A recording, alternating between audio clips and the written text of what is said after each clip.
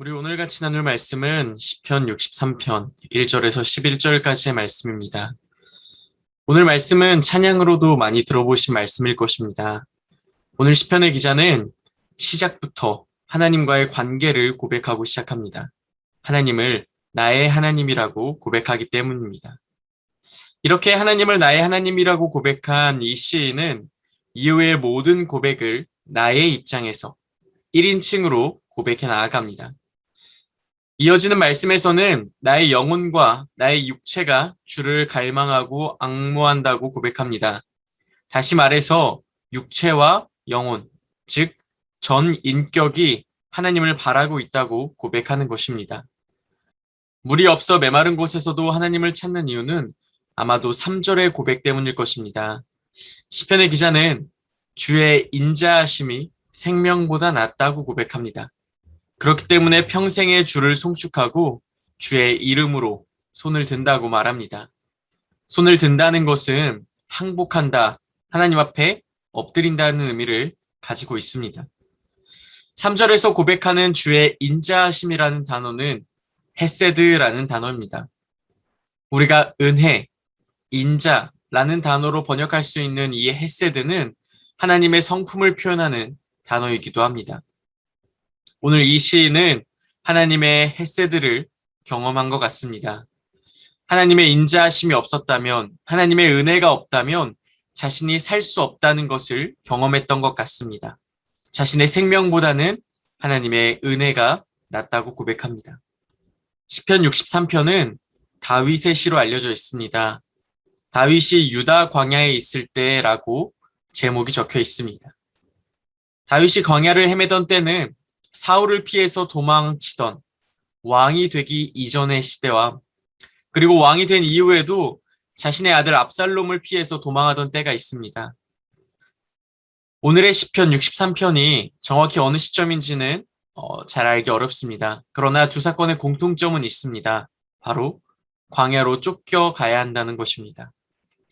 골리앗을 이기고 승승장구하던 다윗도 사울을 피해서 광야로 도망가야 했으며 왕으로서 모든 것을 가지고 나라를 다스리던 다윗도 자신의 아들 압살롬을 피해서 광야로 도망가야 했습니다. 광야에는 아무것도 없습니다. 왕관도 없고 명예도 없고 먹을 것도 없고 입을 것도 없습니다.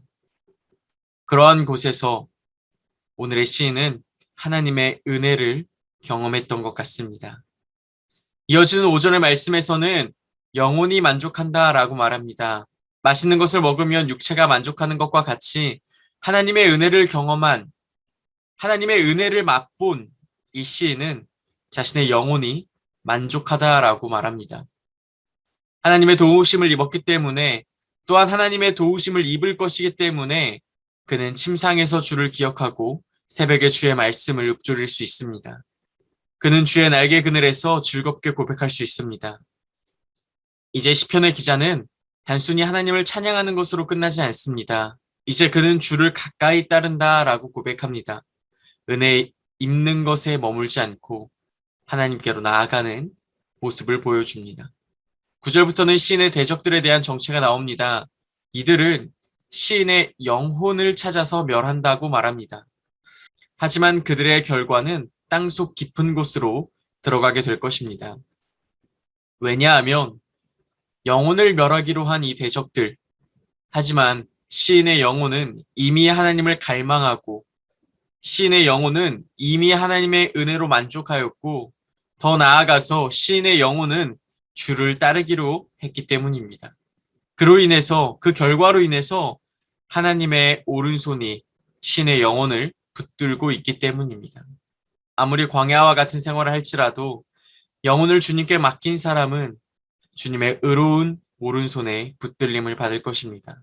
그러나 그렇지 않은 사람은 궁전에 살지라도 결국 땅속으로 들어가 승냥이의 먹이가 될 것입니다. 오늘 말씀을 묵상하시면서 아무리 광야 같은 곳일지라도 아무리 희망이 없고 보이는 것이 없다고 할지라도 우리의 영혼이 주를 바라보며 주를 송축하며 더 나아가서 주를 따르는 하루가 되기를 소망합니다.